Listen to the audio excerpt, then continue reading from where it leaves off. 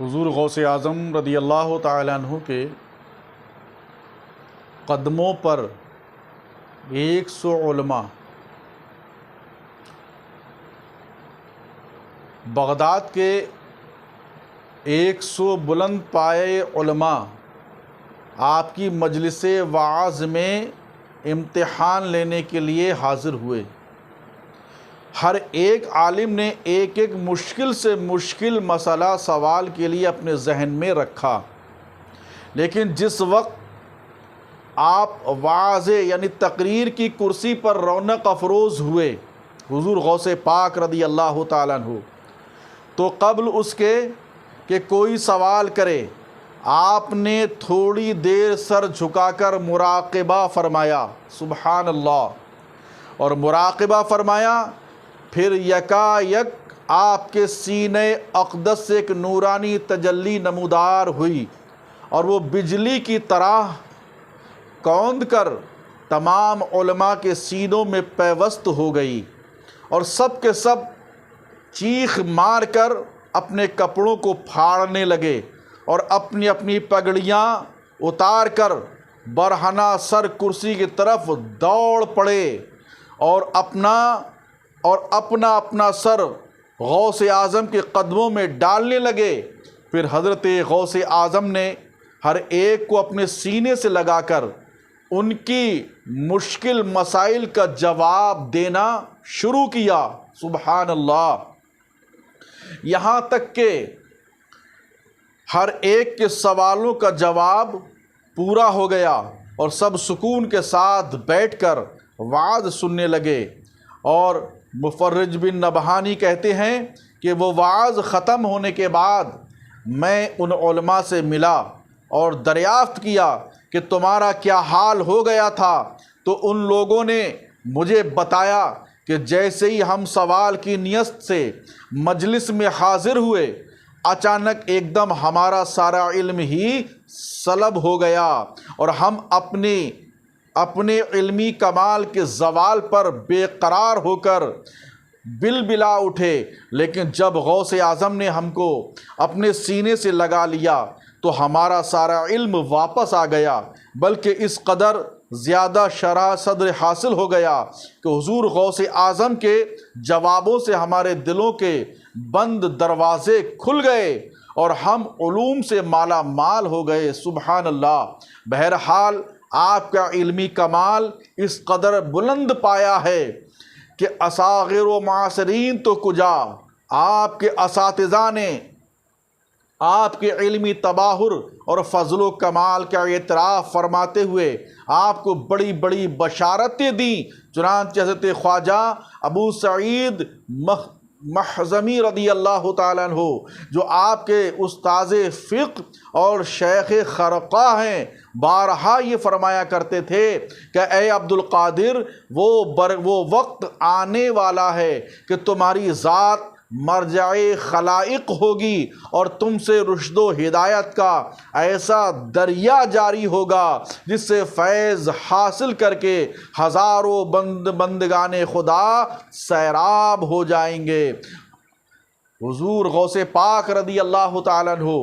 آپ علوم عربیہ اور فقہ و حدیث میں کامل مہارت اور تکمیل کے بعد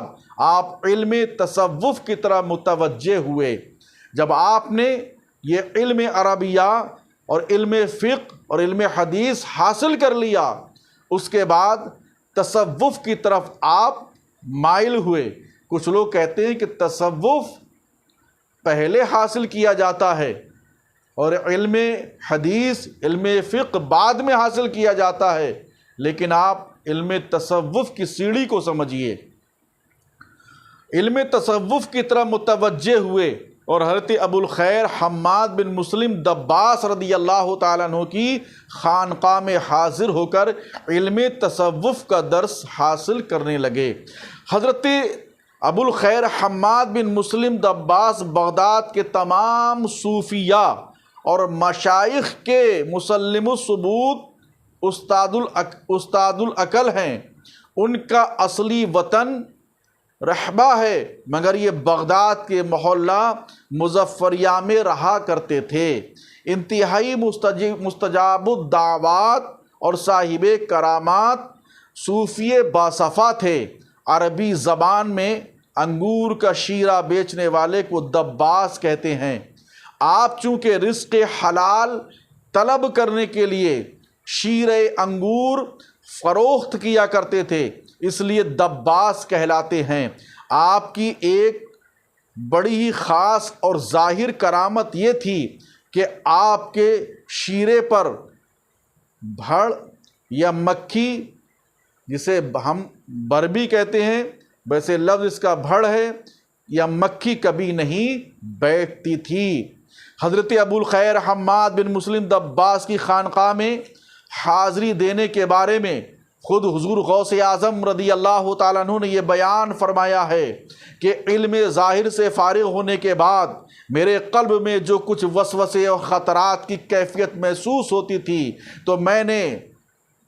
حضرت حق جل مجدہ کی بارگاہ میں یہ دعا مانگی کہ پروردگار عالم تو مجھے اپنے کسی ایسے بندے کی صحبت نصیب فرما جو میرے خطرات نفس اور قلبی وسوسوں کو دور کر دے۔ چنانچہ دوسرے دن جب میں محلہ مظفریہ سے گزر رہا تھا تو ایک باوقار بزرگ نے اپنا دروازہ کھول کر مجھے میرا نام لے کر پکارا اور فرمایا کہ تم نے رات میں کیا دعا مانگی تھی؟ میں ان کی بہت سی اس قدر مرعوب اور پراگندہ دماغ ہو گیا کہ مجھے اپنی دعا کا خیال نہیں آیا اور میں کچھ نہ بول سکا، تو انہوں نے میری خاموشی پر غضبناک ہو کر اتنے زور سے اپنا دروازہ بند کر لیا کہ دروازے کی خاک اور دھول اڑ کر میرے اوپر پڑ گئی۔ پھر میں جب کچھ دور چلا تو مجھے اپنی دعا کا خیال آ گیا، سبحان اللہ، اور میں فوراً ہی واپس لوٹ کر ان بزرگ کی خدمت میں حاضر ہو گیا اور اپنے شبہات اور وسوسوں کو ان کے سامنے عرض کیا، تو انہوں نے مجھ پر کچھ ایسا تصرف فرمایا کہ میرے شبہات ایک دم دور ہو گئے اور مجھے ان سے ایسی والہانہ عقیدت پیدا ہو گئی کہ ایک مدت دراز تک ان کی خدمت میں حاضر رہ کر علم طریقت اور تصوف کا درس لیتا رہا اور راہ سلوک کی منزلیں طے کرتا رہا۔ پھر فرمایا کہ یہ بزرگ حضرت ابو الخیر حماد بن مسلم دباس تھے، سبحان اللہ۔ یہ ہے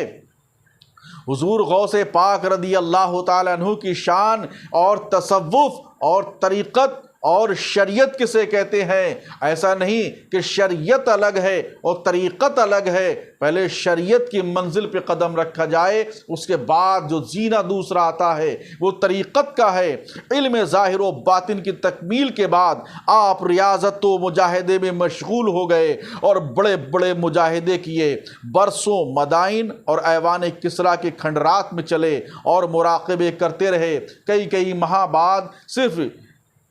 گری پڑی مباح چیزیں کھا لیتے اور پانی نہیں پیتے، کبھی کبھی صرف پانی پی لیا کرتے اور مہینوں تک کچھ نہیں کھاتے، ویرانوں اور جنگلوں میں بھوکے پیاسے گھومتے رہتے اور کبھی کبھی 40 دنوں تک بے آب و دانہ مسلسل عبادت و ریاضت میں مشغول رہ کر خواہشات نفسانیہ سے جہاد فرماتے رہتے۔ احمد بن یحییٰ کہتے ہیں کہ میں نے خود حضرت غوث اعظم رضی اللہ تعالیٰ عنہ سے سنا کہ آپ نے یہ فرمایا کہ میں 25 برس تک عراق کے جنگلوں میں پھرتا رہا۔ اس وقت میں لوگوں کو میں لوگوں کو نہیں پہچانتا تھا، نہ لوگ مجھے پہچانتے تھے، اور میں برابر 40 برس تک عشاء کے وضو سے فجر کی نماز پڑھتا رہا اور 15 سال تک مسلسل نماز عشاء کے بعد سے صبح تک روزانہ بلا ناغہ ایک ختم قرآن مجید کی تلاوت کرتا رہا۔ معزز سامعین اکرام، آپ دیکھیے ان ہی ریاضت و مجاہدات کے دوران کچھ دنوں کے لیے آپ پر جذب و سکر کی کیفیت بھی طاری ہو گئی تھی، چنانچہ بعض وقت آپ جنگلوں اور ویرانوں میں دوڑتے پھرتے اور آپ کو یہ خبر نہیں ہوتی تھی کہ کہاں جا رہے ہیں۔ جب صحو اور ہوشیاری کی کیفیت نمودار ہوتی تھی تو آپ اپنے کسی کو اور کسی دروازے مقام پر پاتے اور کبھی کبھی آپ پر ایسی کیفیت کیفیت بھی وارد ہو جاتی تھی کہ بیابانوں اور جنگلوں اور ویرانوں میں زور زور سے چلا چلا کر ذکر بالجہر کرتے اور نعرہ مارتے پھرتے، یہاں تک کہ لوگ آپ کو دیوانہ سمجھنے لگتے تھے۔ یہ حضور غوث پاک رضی اللہ تعالیٰ عنہ کی شان ہے۔ اور حضرت غوث پاک رضی اللہ تعالیٰ عنہ کا مجاہدہ کہ ان ایام میں شیطان نے بارہا آپ پر حملہ کیا اور طرح طرح کے آپ کو لغزش میں ڈالنا چاہا، مگر کبھی بھی شیطان آپ پر حملہ آپ پر حملہ کرتا تو آپ ہاتف غیبی کی آواز سنتے تھے۔ آواز ہی آتی تھی کہ یعنی اے عبد القادر، تم ان شیطانوں کے مقابلے کے لیے اٹھو، کیونکہ ہم نے تمہیں ثابت قدم رکھا ہے اور ہماری تائید تمہارے ساتھ ہے۔ حضرت غوث پاک کے فرزند شیخ سید موسیٰ کا بیان ہے کہ حضرت غوث اعظم رضی اللہ تعالیٰ عنہ اپنی سیاحت کے دوران کسی ایسے میدان میں پہنچ گئے جہاں پانی کا نام و نشان بھی نہیں تھا۔ جب آپ پر انتہائی شدید پیاس کا غلبہ ہوا تو کیا دیکھا کہ ناگہاں ایک بادل کا ٹکڑا آ گیا اور بارش ہونے لگی، جس سے آپ سیراب ہو گئے۔ سبحان اللہ۔ پھر یکا یک ایک روشنی ظاہر ہوئی اور ایک صورت نظر آئی اور اس نے پکار کر کہا، اے عبد القادر، میں تیرا رب ہوں اور میں نے تمام حرام چیزوں کو تیرے لیے حلال کر دیا ہے۔ یہ سن کر آپ نے اعوذ باللہ من الشیطان الرجیم پڑھا اور یہ فرمایا کہ اے ملعون تو دور ہو جا۔ یہ فرماتی ایک دم یہ روشنی غائب ہو گئی اور وہ صورت و دھواں بن کر پھیل گئی اور اس میں سے یہ آواز آئی کہ جا اے عبد القادر، آج تجھ کو تیرے علم نے بچا لیا ہے۔ سبحان اللہ۔ ورنہ یہ وہ جگہ ہے کہ اس سے پہلے 70 اولیاء طریقت کو میں نے یہاں گمراہ کر کے ان کی ولایت کو غارت و برباد کر دیا ہے۔ تو بچایا کس نے؟ علم نے بچایا۔ سبحان اللہ۔ علم کی شان دیکھیے، آپ نے فرمایا کہ اے شیطان، میرا علم بھلا کیا بچا سکتا ہے؟ جب تیرا علم تجھ کو نہیں بچا سکتا، میں اپنے علم سے نہیں بلکہ اپنے رب کے فضل و کرم کی بدولت تیرے شر سے محفوظ رہا ہوں۔ سبحان اللہ۔ لوگوں نے آپ سے دریافت کیا کہ حضور، آپ نے کس طرح پہچان لیا کہ یہ شیطان ہے؟ تو آپ نے فرمایا کہ اس کے گمراہ کن قول سے کہ تمام حرام چیزوں کو تیرے لیے حلال کر دیا، فوراً میں نے پہچان لیا کہ یہ شیطان ہی ہے، کیونکہ خداوند قدوس کبھی بھی فحش اور حرام چیزوں کو کسی کے لیے حلال نہیں فرماتا۔ لا حول ولا قوة الا باللہ العلی العظیم۔